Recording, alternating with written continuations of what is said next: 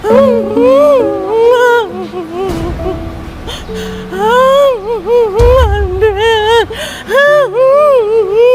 Nakabags ka na umuwi! Grabe, sobrang mo, itsura. May butas yung ulo mo. Ano kayang ginawa ng asawa sa'yo? Mamamatay tao yung napili mo? Hayop yung ginawa niya sa'yo. Balita ko, natagpuan na siyang wala ng Yun buhay. nga, multiple stab po yung natamo ng anak ko po. Nasaan na po yung Slovenian? Ayun nga po, nakakalungkot kasi nasa mental facility po siya ngayon na dapat nasa kulungan po siya ngayon.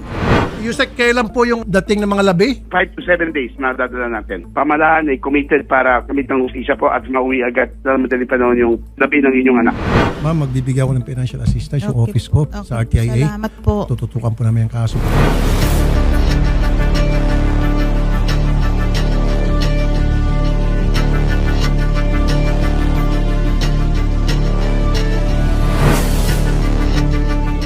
Ngayon din po ay nakatakda na makabiyahe po kami papuntang Negros para maidala na po sa Negros Oriental sa Barangay Eli La Libertad ang remains ni Ma'am Marvil Factura na darating po via Cebu.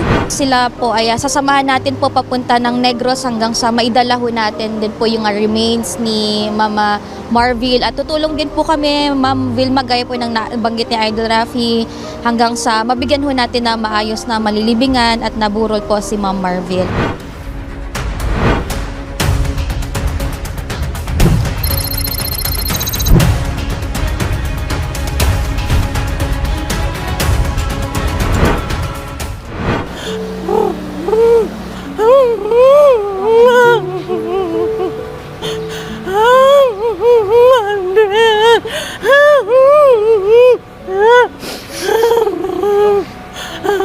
Buhay ka pa umalis. Nas ngayon, nakabags ka na umuwi. Napakasakit na nangyari sa buhay mo. No, lahat ng pangarap mo na-stop agad. Na-stop lahat pangarap mo. Hindi na may itsura yung ulo mo. Butas-butas. Ang ganda-ganda mo ng pag-alis sa bahay. Tapos ganito ka bumalik.